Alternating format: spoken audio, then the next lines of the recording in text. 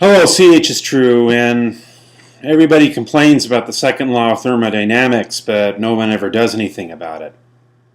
So I guess maybe a few theorists here and there believe that they can somehow eliminate it, but I'll believe it when I see it.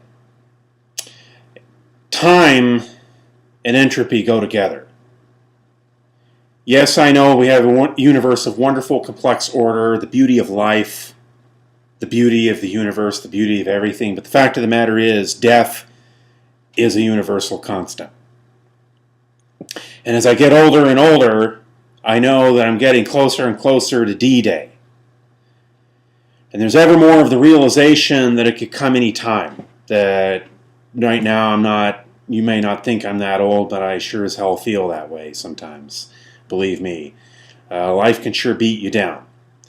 And that sense of my own mortality, in a way, is comforting. I know that that's a strange thing to hear, but I'm glad that this particular existence is not just going to drone on and on and on and on and on forever. I do not understand some of these tech giants and some of these kind of 1% people who want to live on for centuries. Transhumanism is not something that I understand very easily. I don't understand why somebody would want to live this existence too long. I want to live for as long as I can learn, for as long as I can experience the joy of a nice, beautiful day, and for as long as I can relate to people. I do not believe living hundreds of years is even all that worth it. But that's me. I'm not. Maybe they're right. Maybe we should have that choice. I don't know. But I'm looking at time, birth, life, and death as a reality that I'd rather experience than think about. I'll explain what I mean. Remember my little joke at the beginning. Everybody complains about the second law of thermodynamics, but no one ever actually does anything about it. And here's the question. Why is it that we live in an arrow of time? Physicists do not have necessarily the complete total answer to that. Newtonian mechanics could work either way. In fact, does work either way, past, future. Einstein's relativity, either way, past, future. Even quantum physics really could possibly work either way. We have a probabilistic answer from Boltzmann, the idea that entropy is based on laws of probability. But then even Boltzmann's equation, why couldn't it just work in multiple arrows of time? Why does it have to be one? And yet we experience one arrow of time, which is interesting. Because we experience not just our own lives, we experience a huge universe of order in this one arrow of time where it seems to have this one arrow of time.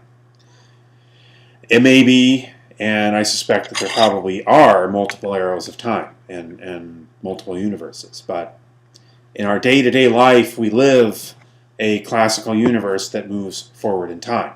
Therefore, all the escapism, all the I'm going to live in some never land in which there's no time. Well, I've had experiences that I believe are timeless experiences. Call them mystical, call them what you will. But my day-to-day life is lived in the cycles, and that's, again, my own private experience. It's not something I have to prove to anybody, because it's not something that I would want to prove to anybody. It's my secret, so there. Okay, but I live in a day-to-day world of the cycles of the sun, the cycles of the earth, the cycles of nature, the cycles of life. And living that day-to-day reality, have I grown wiser? I don't know.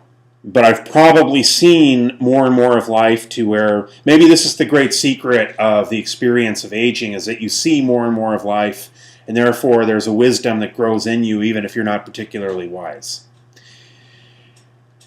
And the life that I have seen has shown me that ideas that people think are new, I've seen before. Ideas that people think are radical or innovative, I can see all sides of. Things that people say are so bad, I can maybe see the good side of. I've seen generations of children come and go, grow up. I've seen some of the same patterns repeating themselves over and over again. I've seen order turn to entropy, turn to maybe a more complex form of order, but still turning to entropy at the very same time. I've seen plans go awry. I've seen things that I haven't planned come together.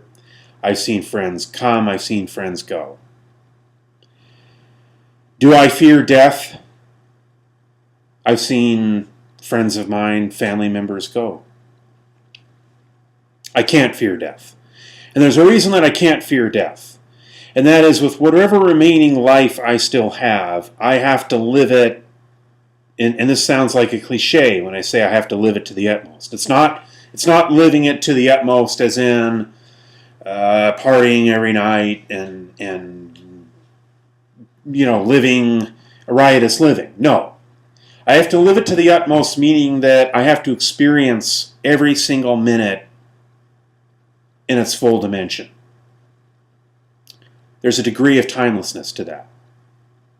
That I'm not in bondage to past guilt and to future fear, which, by the way, both lead to present hatred. And experiencing every moment in its full dimension, including a sense in which I'm fully present in whatever thought process I have. I'm fully conscious of it. I'm fully conscious of my experience of the surrounding environment. That sounds very Buddhist, but I don't have an ism to it. It's just the full nature of the experience. I realize something, that the thought constructs that I build for myself out of the kind of house of cards that I build with the sands of time are very, very fragile. They will collapse. There will come to a point where the best laid plans will go awry. And so the question then is, what is important? What is important are the good actions I do. What is important are the good principles for which I stand. What is important are whatever truths I've conveyed on this channel over the years, and they maybe are few and far between, or maybe a lot of them. Whatever the case may be, those are the important things.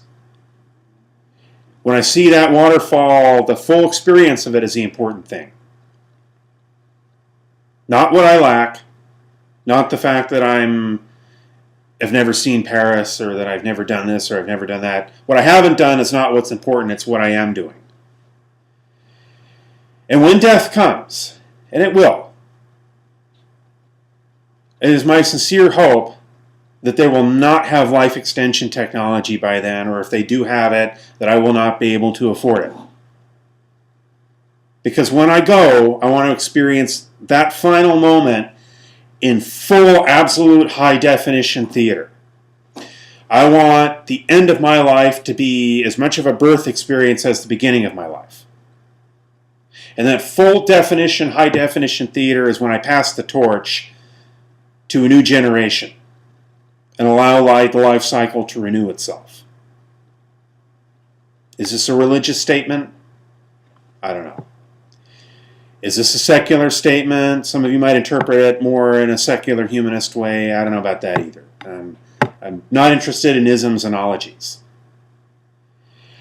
I'm not going to plan for the moment like they do in some European countries where you can go plan for it and have that whole euthanasia. The problem with that is, again, that's time-based. I want the end to be the culmination of a great life. And so I declare my independence now in this video from all fear of death, from all bondage to time, from all of the rod of Kronos, to use a mythological term. Because I want every moment to be timeless, including the moments that are in plain old physical reality. So, is the continuum hypothesis true, which is the foundation of this channel? Yeah, I think that there's a theorem that will affirm it. But if it's never believed, and if all the ideas in this channel come to nothing, I'm glad that there at least has been this channel to where I've stood up and been counted for something. So, but at some point I will have to pass the torch. Don't know when that time is. Whenever it comes, this life is good. Now it'll be someone else's turn. CHistrue, over and out.